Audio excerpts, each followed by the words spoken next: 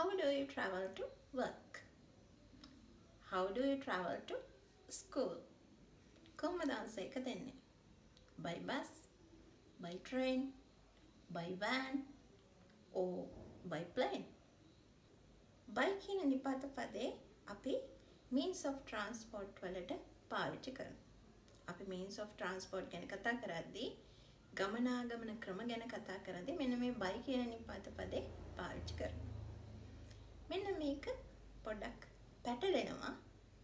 මෙන්න මේ means of transport ගැන කතා කරද්දී in සහ on පාවිච්චි කරන අවස්ථාත් සමග මෙන්න මේ පැටලෙවිල්ල निराකරණය කරන්න තමයි මම මේ වීඩියෝ එක හැදුවේ. How do you travel to work? How do you travel to school? To answer this question, watch this video. අපි කියනවා මං ආවේ බස් එකකින්, මම ආවේ කාර් එකකින්, මම ආවේ වෑන් එකකින්, මම ආවේ බයික් එකකින්. ඒ වෙලාවට අපි යූස් කරනවා by කියන ප්‍රොපෝෂන් එක.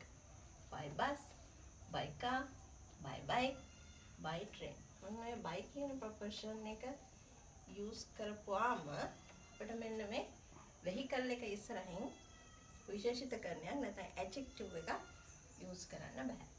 adjective එකක් යූස් කරනවා නම් මෙතන තියෙනවා මේ on a bus. මම කියනවා I came here on a bus. මම මෙහි ආවේ බස් එකක. එතකොට අපිට මෙතන by a bus කියලා යූස් කරන්න බෑ. on a bus කියලා යූස් කරන්න වෙනවා. දැන් මෙතන කියනවා අපි by car කියලා මෙතන යූස් කරාට මෙතන by my car කියලා යූස් කරන්න බෑ. අපි ඒ වෙලාවට දානවා in my car. කොහොමද මේ on සහ in කියන ප්‍රොපෝෂන් දෙක අපි තෝරගන්නේ? කොහොමද සිලෙක්ට් කරගන්නේ? අපිට හිතගෙන යන්න පුළුවන් නම් අපි on කියන ප්‍රොපෝෂන් එක යූස් කරනවා. අපිට හිතගෙන යන්න බැරි වාහනවල අපි in කියන ප්‍රොපෝෂන් එක යූස් කරනවා. ඒක තමයි ලේසිම ක්‍රමය. අපි කියනවා by bike කියලා.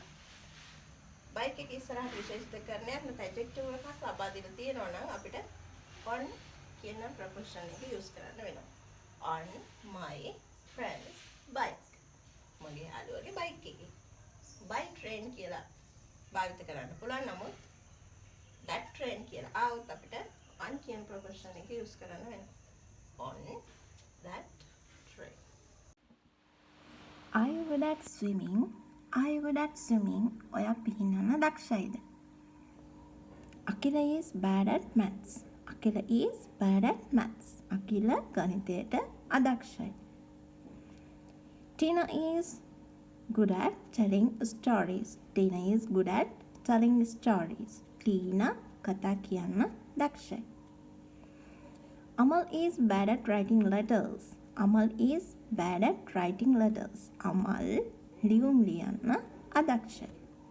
ඔන්න ඔය විදිහට අපිට good at සහ bad at යන කොටස් පාවිච්චි කරලා යමකට දක්ෂයි සහ අදක්ෂයි කියලා ප්‍රකාශ කරන්න බලන්න. යමකට දක්ෂයි කියන්න නම් good at කියන කොටස පාවිච්චි කරනවා. යමකට අදක්ෂයි කියන්න bad at කියන කොටස පාවිච්චි කරනවා.